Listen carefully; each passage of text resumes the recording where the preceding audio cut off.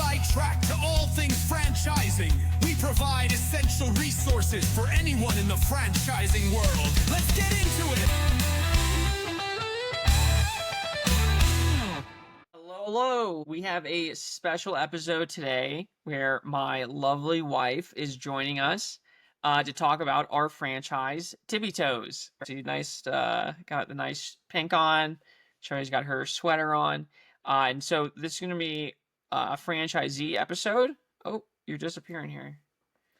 Hello. We have a special episode today. Sitting beside me is my lovely wife and co-owner of 3 Tippi Toes Dance franchise locations, 2 of which are open. And so today we will talk about the journey that we've gone on, and Choi, as the one really running the day-to-day, she's going to be talking about the franchise. So you'll hear what it's like to start and grow a franchise, and you're gonna hear all about Tippi Toes. So this is exciting. Alrighty, Choi, tell us first about your background, and just a little bit about you. Hi, my name is Choi. I was born in Hong Kong, and I moved to the United States when I was about 12 years old. I lived in Colorado for a good portion of my life, about 20 plus years. I went to school for nursing, and I was a nurse for about 7 years before I went to travel nursing. I did a couple years of travel nursing. I was doing an assignment in Little Rock, and I met Josh in Little Rock, and he helped me with franchising, with life in general, and we moved to Denver about a year ago and started Tippi Toes. Perfect. Thank you, Choi. All right, so let's start from the beginning. The beginning of the franchise. You're here at the very beginning, and let's talk about the selection process, right? So, actually, even before that, right? You didn't really know much about franchising until you met me, and I've probably floated the idea of owning a business for a while. It took a while for you to warm up to it. So, what were some of the aspects that got you from being like, I don't want to leave this? There's gonna be people are gonna need nurses forever, right? So there's never an option or an issue to have a job. You were an RN, so you were paid well. So what were the things that you had doubts about first, and how did you overcome those doubts? So I think the biggest challenge for me to decide to go to a franchising route is whether I want to give up a job that have steady income every paycheck to owning a business where you don't know what the future is going to hold, how hard it's going to be. Am I going to be a good fit for this franchise? And it was difficult at the beginning because franchise is not something that I've ever experienced besides, being a customer of a franchise business, but not knowing what selection there are in the market and how to run a franchise and what it takes to run a franchise. So, having Josh telling me, giving me the selection of like what industry there is that will be a good fit for me, and going through the different business model, different industry, different I don't know, like different. Well, before we get into all that, so how did you overcome, like, what was it that made you say, okay, I'm now willing to leave this steady paycheck and get into business ownership? I think for me, the biggest reason was I was just getting too bored in nursing. I feel like I'm doing the same thing over and over again. And some days you go to work, it's like, wow, I just don't enjoy it that much. I'm not getting that challenge, or sometimes it was just short staff in the hospital, and I'm getting thrown into a unit that I absolutely don't feel comfortable with, or I just don't enjoy. And at that time, I think I was just getting ready to have a change in my life, doing something different, but I just wasn't sure what different things I want to do. Do I want to go back to school for a different degree, or do I want to own a business? But do I want to spend the money and time to learn a business? And it was just something that it was quite unsettled at that point. And then franchising came along. Okay, so it was a timing thing. It was kind of the right time. Yeah, I remember coming home, and Little Rock Children's Hospital had a burn unit that had adults as well, and hearing those stories of when you got pushed over to the burn unit. You know, I thought the mornings when you were told you were going there, you just weren't going to go to work. So Or when they said, "Oh, you're going to a burn unit today," I'm like, "Great, second day in a row. Might as well go one more day." It was just so hard. yeah. So okay, so it was the right time.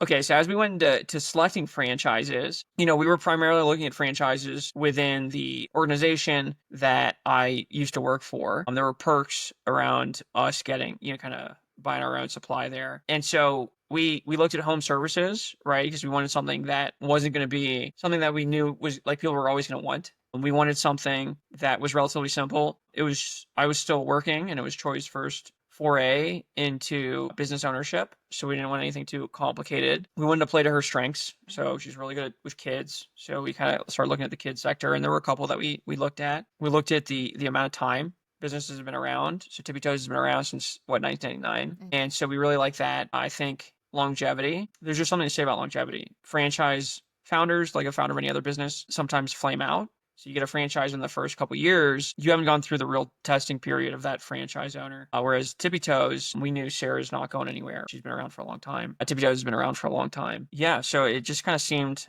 to fit in big like strokes, would you say? I agree with you. And then can you tell us about the discovery process? So do you remember kind of how we went through and did our due diligence here? From the very beginning? From the beginning, yeah. Yeah. So I think at the very beginning, you know, when you introduce Tippi Toes and dance, the biggest thing I think I told you, like, I can't dance. Like, there's absolutely no way I can teach kid how to dance because I don't even know. My body just not coordinated enough to do anything. Yeah. But Josh is like, you know, he said with franchising, there's always a model that works and is going to give you all the resources. And I think you gave me a choice between dance and soccer, and I thought soccer was really fun. It would be really fun if we do soccer because kids love sports, and soccer is the top sport that kids love to do, but it was just not a good fit for me because compared to doing kind of like a competitive soccer, dance is more fun and more, you know, more recreational in a way that Josh think that it would be a better fit for me. And when we look at the data and we talk to the director of Tippi Toes, we you know, we were able to make more decision on that. So the soccer one was new. The only things in the FDD, the franchise disclosure document, the only financial earnings were from corporate locations. And we don't know how franchisees are going to do. A corporate location run by people who've been around for a long time, who've done this numerous times in other places, is totally different from someone who's never been in business before running it. So I wasn't too comfortable with that. I also played competitive soccer for a long time, and I'm pretty sure like it was supposed to be fun, but I'm pretty sure I would have ended up like being out there yelling at the kids to you know, run faster. So I was like, okay, I want to stay away from that. And then the age group. So technically we can go up to 12, but the vast majority here is 2 to 6. And so, you know, this isn't a Fred Astaire, if you're familiar with those types of franchises where they're teaching adults ballroom dancing, right? The owner of that should probably know how to ballroom dance. This is like, you know, if you can wiggle, if you can boogie up and you can boogie down and you can boogie in a circle, like you can teach what we do at Tippi Toes. And then the last piece, which honestly we didn't think about, we just thought about how popular soccer was. But the model of Tippi Toes and a lot of these other sports ones is you go to the preschools and you go to the daycares. So it's very convenient for the parents, but there's only space for one of that sport. So, I mean, how many of the schools are we in right now already have soccer? All of them. I would say all of them. All of them. A sport, some sort. Yeah. Well, there's a sport, but like at least 90% have specifically soccer. Specifically soccer, yeah. So if we had started this franchise with soccer, every school that we're in would have said, no, we already have a soccer provider that's been here for, you know, 10 years or whatever, however long. 16 years. 16 years. Yeah. Soccer shot. So, yeah, like the whole business model, we would have had to basically immediately jump to, doing it after school and doing it in parks and stuff, which is like stage 2 of all of these franchises. Stage 1 is supposed to be doing it in the preschools and daycares. So I think it turned out to actually be a really good choice. And that's something we didn't even think about at the time. So that I think we got lucky in kind of going with those. And then the last piece, we spoke to a lot of franchisees. there were weekly calls. I didn't feel like that was enough. So we called a bunch on our own as well to have one-on-one conversations with them. I built financial models out. The FDD, I don't think really had enough. I think it was missing a lot of things. So those calls with the franchisees helped us build a more robust model. It's home-based. So there's not a ton of overhead, which is really nice. It's basically labor and stickers, or kind of what I like to say. And then it's just the owner has to be, or the manager, the co-owner, one of us has to be comfortable walking into schools. So that's something that Choi was a little nervous about, not doing sales. And this is a cold call B2B sell. You go into preschools and daycares and you have to convince the director to say yes, and that you should trust their kids with us and our instructors. And so I believed, I don't think Choi believed it 100%, but I believed that Choi had the right personality for that, right? And that's goes back to franchising, where if you have the right personality, they can teach you how to do it. And Choi came out the gates, just selling like a monster. And so she proved pretty quickly that she did have the personality to do it. So that's kind of I think the majority of the thought process of why we move forward. And the last piece I think is important. She mentioned, we're in Denver now, but we met and we were looking at this in Little Rock. And we love Little Rock. But I think choosing where you want to have a franchise is very important, because with Tippi Toes, there's not a lot of territories throughout the whole United States, so the opportunity is there. But where should we launch Tippi Toes was the biggest challenge. And we look through different locations. We look at East Coast, West Coast, South. Where would you like to do that? And I think it took a lot of research, and finally we realized that Denver will be a better choice out of the rest of it. Yeah. So we identified the things that were most important for Tippi Toes. We're speaking to the owners, and then that's allowed us to do the research. And so do you remember what some of those things were? To private schools, private preschools and daycares. Preschool, daycare, and I think income. Yeah, incomes. Family oriented. Yeah, family oriented. In a city that's continued to grow. Yeah, continue. Yeah. And it has to be all season long. Tippi Toes is indoor, but there's a lot of school, like for example, Arizona, they might not be open during the summertime because it's so hot. Denver's always happens. Schools always opening. Yeah. Yeah. So a lot of good KPIs. And then, one thing that we didn't realize, our first territory, I think, was great. As we're going to our second territory, we saw these schools that had in big schools, big preschools, big private preschools that were like, oh man, this is gonna be awesome. And they're at 40% capacity. And they're so worried about making money because they have this huge facility and it's 40% filled that they don't even want to consider outside vendors. It's like, they can't even think about that right now. And so up in Boulder, it's an aging population, doesn't seem to be having a lot of kids, just certainly not as much as they used to. And so what we thought was going to be a Grand Slam territory turned out to be not nearly as good as our first territory. And that assumption was based off of the income. The income levels. Only Boulder has higher income, but we didn't look into how many kids is in that particular location. Yeah. So that's something that you have to dive deeper on. Okay. All right. So we chose Tippi Toes. We moved to Denver. And so before we opened, you went to training. So can you kind of go through what training looked like? Yes. So our Tippi Toes training was 2 days in Arizona, and the very first day when we arrived, it was just meeting the leadership team, and I think the first night we didn't really do too much. It was just like meeting different leadership and just talk about what Tippi Toes look like. Then the second day was more like a deep dive training where we follow Megan, who was the CFO of the company, and we drove to different school and see how the sales process was, and also looking into financial and setting goals for Tippi Toes in general, and diving into the software and the potential revenue that we can make with different programs that we can provide. And what else do we? I think it was sales, it was some financial planning, it was some business stuff, and it was some like understanding all the different softwares we use, where to find the different resources. Yeah, so it wasn't too long. It was like what, 3 days? 1 full day and 2 half days. It wasn't very long. Yeah, it wasn't very long. I feel like this business is more depends on the location, right? Like you have to see where, like what school you have and how, like. Yeah, it depends on the location if you have the right person in the seat. So you also need to be the right person. And so maybe this is a good time to talk about that as well. This franchise isn't for everybody. No franchise is for everybody. And so you really need to be to have that personality where if you walk into a daycare or a preschool, you can make a connection with the director. That's why I don't do it. And so Choi can go in, she can do that. She can bake. She comes in with cookies, gets everyone all excited. The director's like, oh man, now I have to talk to this person because I just ate her cookie. But I mean, some people don't want to do that. Some people can't do that. Some people are just not very good at it. So even if you have the best territory in the world, if you're not very good at making connections, you're not going to do well. I think if you look at the numbers, right, we're doing relatively very well. How many people do we have in our first territory right now? How many kids do we have? Currently, we have 237. So right around 230. Okay. 230. Yeah. Mhm. So, you can do the math on what that is. We charge between $65 and $80, depending on the age of the kid.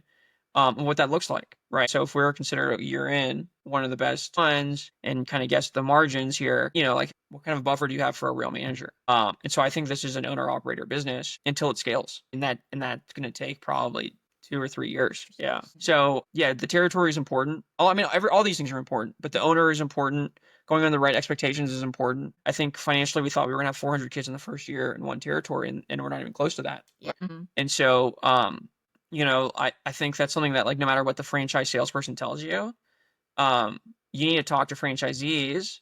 And if we spoke to a number of franchisees who'd been around for years and didn't have 400. So that should have been something to us for planning, that we weren't going to do that in our first year. Yeah, Like, it was definitely an expectation that we had, and it was sad when we didn't achieve that. yeah, but it's one of those things where it's like, I don't know, it's kind of standard where the franchise, they're these amazing operators who've been doing this for 20 years. They could probably do it. We can, because we haven't run a Tippi Toes before. So you need to hear what the franchisees are doing, and you can't think of that I'm going to be the number one franchisee that's ever existed, because you're not, right? You can't bank on that. You should say, I'm going to be middle of the pack to like the 25 to 50%, right? Above middle of the pack. Mm-hmm. Because franchises are going to have some turds, so you shouldn't expect to be the bottom 25%. But yeah, if you've done your research on your territory, you should be at least middle of the pack, but don't expect to be the top 25% from year one. It's just probably not going to happen. So I think that's a good learning experience. I think we would have done it anyway, even if we knew this. It's just one of those things where they say disappointment is when reality doesn't meet expectations. Right? So you want your expectations to be as based on reality as possible. So I think that's a good note there.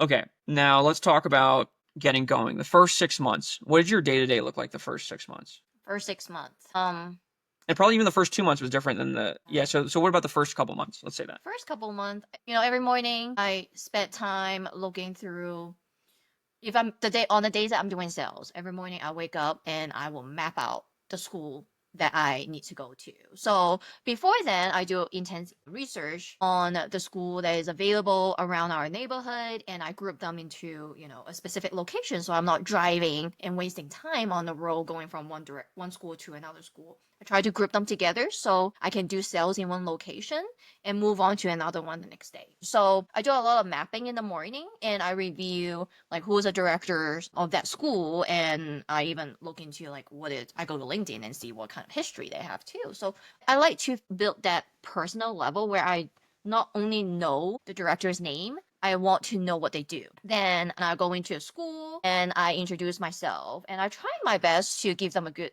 first impression, because truly with a school that don't have any enrichment is new for them, and they don't really understand the concept, like what does it look like when you have a company coming in to provide a service compared to parent bringing their kids to a after school program. So talking to them about it and just building their trust. Most of the time you don't build a trust on first day. They see you, they shut the door on you, like, hey, thank you.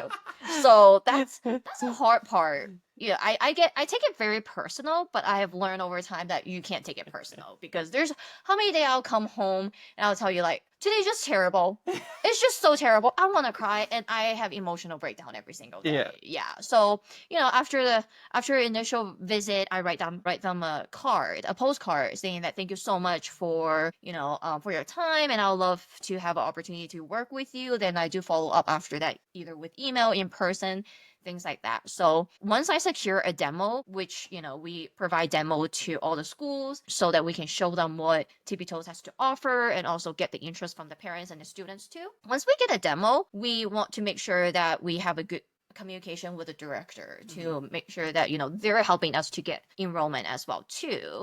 And after the first class launch, then we make sure that we have good service through every single week when we go to the school, and hire the right people too. Also, having the right employees is for Tippi Toes is very important. Yeah. It's so important. If you don't have a good instructor, your business failed. Yeah. Yeah. Okay. So let's break down what was kind of on you and what was on the franchise. So the franchise gave us a rough kind of script for going into the schools. They told us kind of who to look for and like what to look up. They told us the cards. So they had cards and what to write on those cards for us. They had the templates of some of the flyers for us to use. They had the choreography and the music. I mean, it's all proprietary choreography and music. So for the demos and for the classes. So this is very much like, they gave us these snazzy shirts, very much like, here are all the things you need. But at the end of the day, if they're not going to walk into those schools for Choi. Choi has to walk into those schools, and Choi has to come home after having 10 directors tell her no, or maybe later as a new business owner, and being, a little sad about that because, she's used to being in a big corporation, and you don't really have this type of interaction, and having to go out and do that day in and day out, and it worked. So I think in your first month you got several demos. Do you remember? The first month we got 6 schools right away. Yeah, it was very impressive. Yeah, so that's an average of 1.5 demos scheduled per week. Per week. That's exactly. I mean, if we had been able to continue that, we'd be probably more than 400 kids. So yes. So the sales went well. So this is one of those things where the franchise gives you what you need to do, but it's on you to have the right personality and the grit to go and grind and do it. Okay. So how many days a week were you selling? I think honestly at the beginning 5 days a week. Oh yeah, the beginning it was all 5 days a week, and then I do follow up the week after that. Selling wise, like either you sell in person, you sell email, you sell calls every day. Yeah. Yep, and until then you get the demo. Yep. And then so you got some schools, and you were teaching initially, right? I was teaching. Yes. Yeah. So you wore all the hats at some point. So you knew how to teach and learn the classroom management hands on, and then we started hiring. Yes, and that was a challenge. Yep. So talk about hiring. Yeah. Hiring in Denver is a challenge because the cost of living is so high here. You have to pay quite a bit. Yeah, I almost forgot about that. Yeah. What did we start at? 23.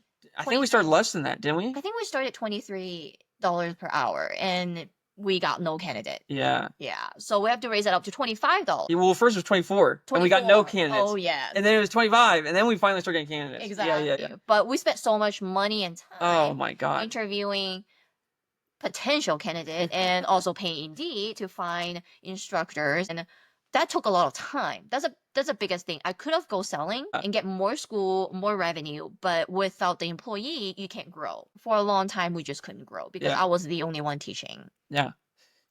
So, okay. So then you made the transition where, I mean, you were still teaching at least some. I'm still teaching some. Yeah. Because you don't talk about the balance of like having enough teachers or having enough classes. You don't talk about that. Yeah. So with these, service-based business employee is very important. So you can't have classes without teachers, but most of the teachers want enough hours to continue to work. So if you tell a teacher that you're only going to give them 2 or 3 hours a week and still expect them to show up on time, giving a good work ethic and still making a living, the chance of that is pretty low. Like I have not had any luck telling a teacher, I'm just going to give you 1 or 2 hours. Can you please work for Tippi Toes? Yeah. Like we definitely, I tell them I will try to give you, 5 to 10 hours a week since this is a very part-time job. But at the same time, we can't grow if we don't have teachers, but we can't have teacher that just sits there with no classes. So I think that's also something that the franchise can't figure out, like what is a good point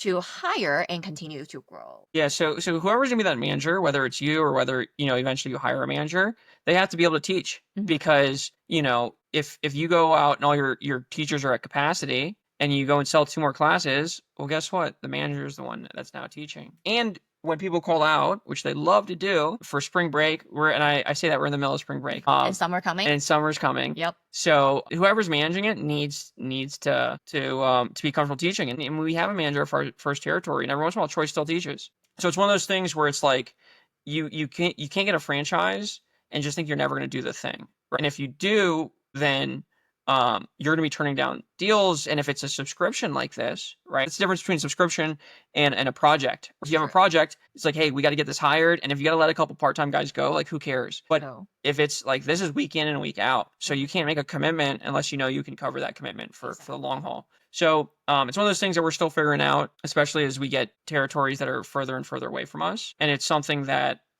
it's just a challenge. It always is a challenge. And I think it's just going to keep being a challenge because that's just the nature of the business, right? You got to figure out, like, what's the challenge in each business. Every business does. There's no dream business. Otherwise everyone would have it. So, like, this is the challenge. And I think Troy's navigating it well. And we'll just keep going until hopefully we'll have 3 managers across the 3 territories who can cover for each other. So, yeah. Okay. All right. So you want to talk about the second territory? So, like, what made us decide to go into the second territory, and how's it doing? Yeah. So our second territory is Boulder, and we started about 4 months ago. Our goal for the first territory was to have about 300 students, 200, 300 students. So for Tippi Toes, their recommendation is once you have 250 students, then you go ahead and hire a manager, then either expand to a different service for after school program or go to your second territory. So that was our goal, to wait until later to expand to Boulder. But we waited about 6 months. Is it 6 months? 6 months? Yeah, because we did a whole year in the first territory. Yeah. Before we went into Boulder. Well, no, I guess it wasn't, right? It wasn't. So it was 9. I think it was 9. Yes, you're right. 9 months. Yeah. So our plan was just to get the low-hanging fruit, where you go in and you get the easy yeses. Because once you have easy yeses, that's revenue coming in. And with our first territory, I feel like we have reached the potential. For now, we can definitely get more. It's just going to take more time. So if we can get more school and get more revenue in the second territory, why not? So first, at the beginning of the year of January, we decided to go to Boulder. So with Tippi Toes, we have contracts with a couple schools. We went ahead and just called them and say, like, hey, would you, can Tippi Toes come in and provide classes? And they say yes. And after that, we contacted the one that we partner up with in first territory as well too. So we have school like Goddard Primrose that we partner up in first territory, that we know that we have pretty good chance that we'll go in. So we started with that in Boulder, and also just going out to get more corporate contract with different daycare and preschool as well too. Yeah. But I mean, at this point, we know what the easy to get in schools are, right? So we targeted those right away. We're at over 100 kids. 100 students right now. Yeah. So in 4 months, so not bad. This is also a slow period, right? So we were at 250. We were over that at one point in Lakewood.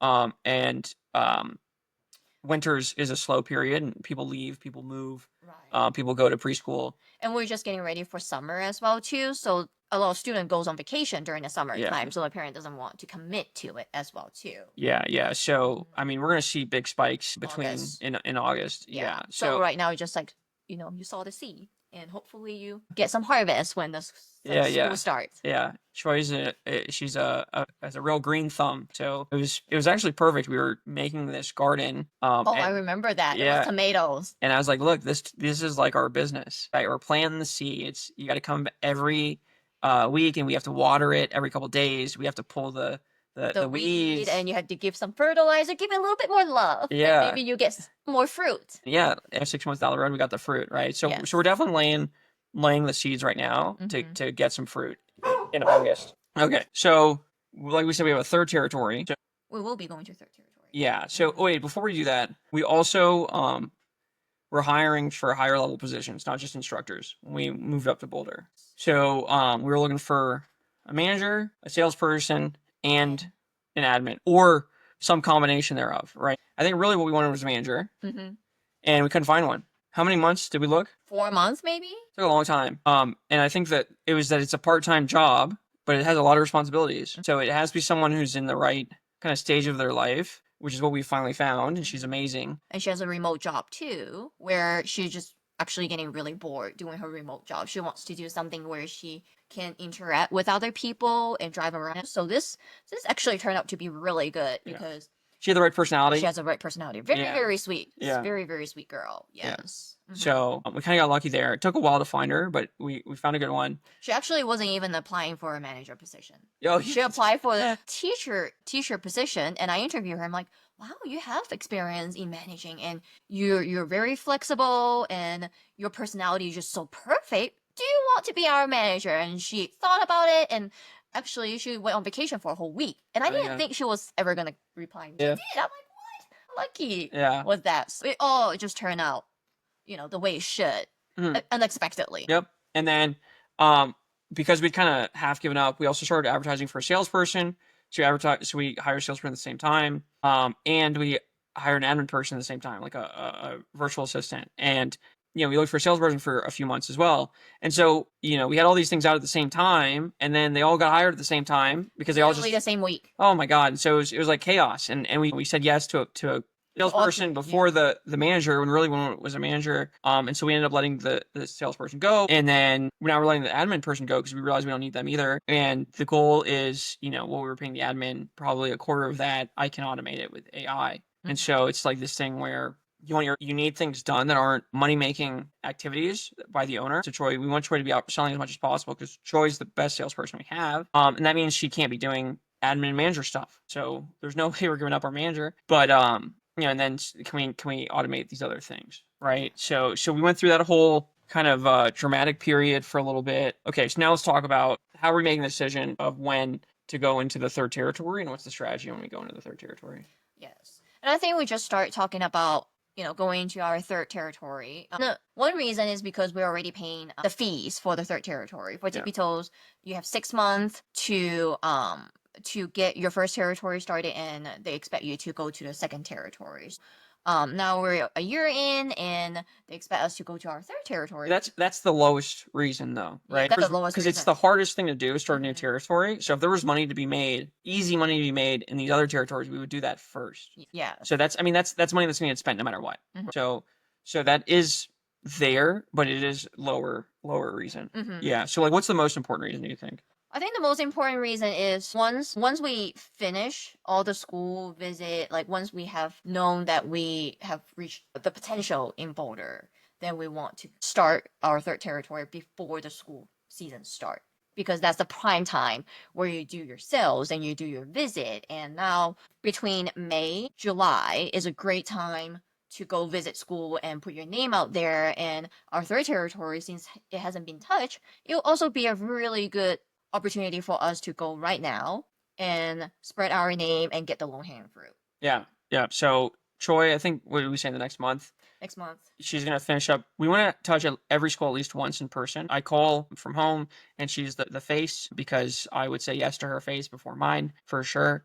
And so once she goes to every school, we have about a month left. We know that we want to start planting seeds so that way we're in as many schools as possible in August. Across all the territories. So that way, instead of seeing that spike across 2 and then missing that kind of big enrollment period, we're there for the enrollment period for the third territory instead of having to wait a whole nother year for that. Cool.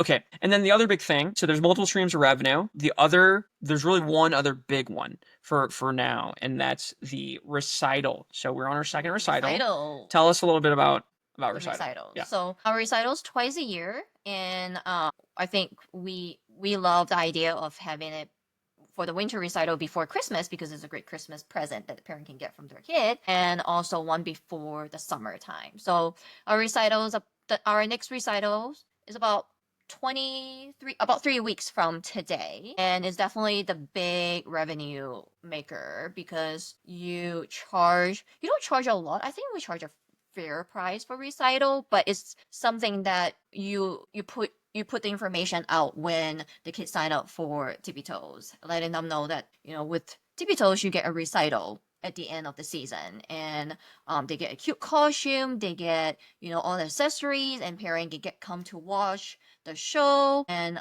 we, of course, we get. Yeah, so the recital, when you compare the costs that, what we charge compared to pretty much every other dance company, because we don't own the space, we're mobile and we rent a space, we're able to charge way less than what other people do. So in terms of like value of what parents are getting, um, ours is much better, right? I think compared to pretty much any other dance school there is in the area. But at the same time, costumes are probably about half of what we charge, and then we just have that one rent fee and then labor and photography, and so the margins are actually quite good. The And we sell merchandise as well too. Yeah, we sell not much, but Not yeah, much. Tickets, merchandise, flowers. yes. So there's extra streams of revenue there too. And the other thing that's nice about it is that we had pretty much the exact same overhead with 90 students with our first recital, and we're in the same place with pretty much going to be maybe a little bit more labor, not much, and we have 170 students at this recital. So Choi almost doubled the recital attendance in 6 months, right? Which is amazing. So we were really proud about that. Our next recital, we've outgrown this one, and we walked in and we're like, oh my God, it's such a big stage, and we're in a church, and there's so many pews. We're like, man, it's going to take us years until we outgrow this thing, and we've done it in any more kids, like 5 months. 5 months. Yes. Yeah, and we've pretty much hit the capacity. So that was pretty cool to see. That was pretty cool to see. Okay, and it's also just like super cute. Man, if you can just imagine a bunch of 2 to 6-year-olds in these like really cute costumes Dancing on the stage. Yeah, it's Yep. really And it's Mother's Day weekend too. Yeah, that's true. So it's a nice little like present for mom. Okay, cool. So let's talk about, we're gonna open Littleton, hopefully grow it. So if we can get all of territories to 250 to 300 students, that would be ideal. And so like, what's the long-term goal? I think the long-term goal for us is to reach 200, 300, whatever goal we have for each territory, and maintain it and grow it, and with a lower overhead, I would say. And truly, we want to grow it to an amount that we can sell it. Yeah.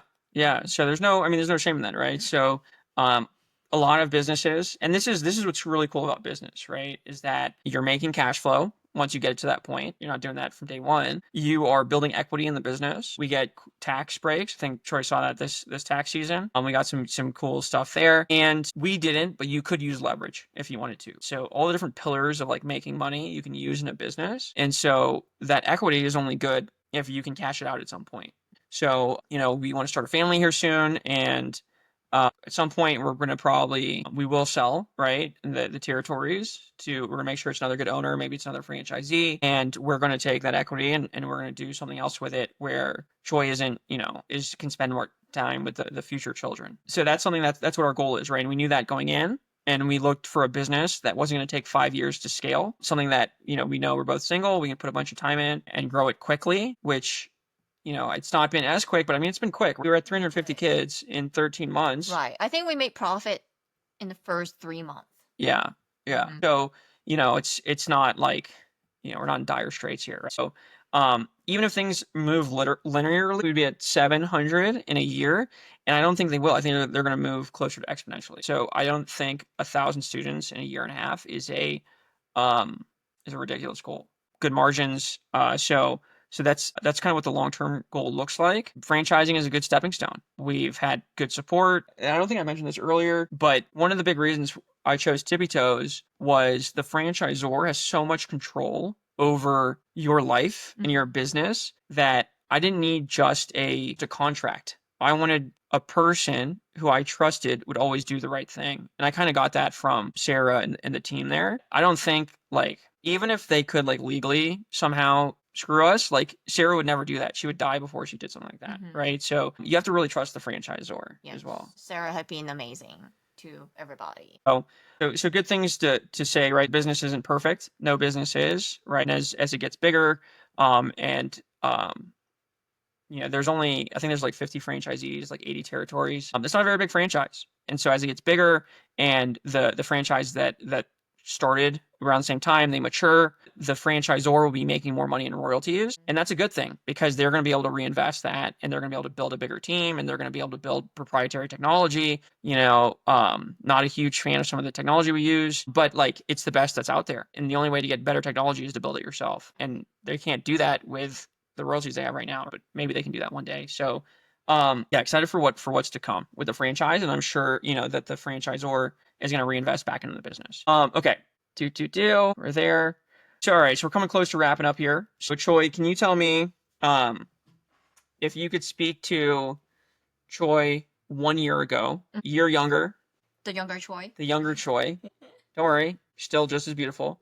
Um, what would you say to her? Truly, I think franchise was the very correct way to go. Mhm. I keep looking back thinking that do I want to start my own business? And I feel like everybody think that way. Do I want to start my own business? Do I want to be a baker because I love baking? I always want to have a business where I can do things that I love. But actually, when we read the book, was it E-Myth? The E-Myth. Yep, Yeah. the E-Myth was saying that you don't want to work for your passion because that's when you start doing things that you love, you're gonna lose the love on your hobbies. Mhm. And I know that I'm not a business owner material without the franchise. I don't have any business background. I don't know how to do software things. Like with technology nowadays, you need to have some technology background, and I have none of that. So if I have a dance company that I start on my own, I'm pretty sure it will never launch.